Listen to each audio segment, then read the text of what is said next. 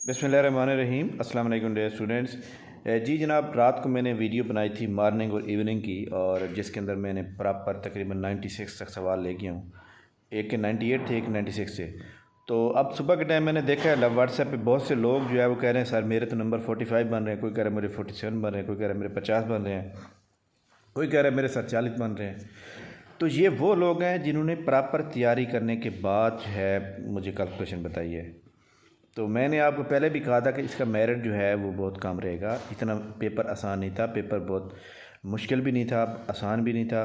Paper एक प्राप्त Jamia paper था, ठीक है। जिनका कंप्यूटर का पोर्शन बहुत अच्छा हुआ है उनका तो टाइपिंग लाजमी होगा। आपका जो फीमेल का मेरिट है वो 45 तक बड़ी मुश्किल से जाएगा, और ओपन मेरिट जो है वो 45 से 50 के दरमियान रहेगा। तमाम लोग अपनी टाइपिंग के ऊपर जारी रखें। और कैनाल पटवारी फेज़ 1 का रिज़ल्ट इसी वीक में, और इसका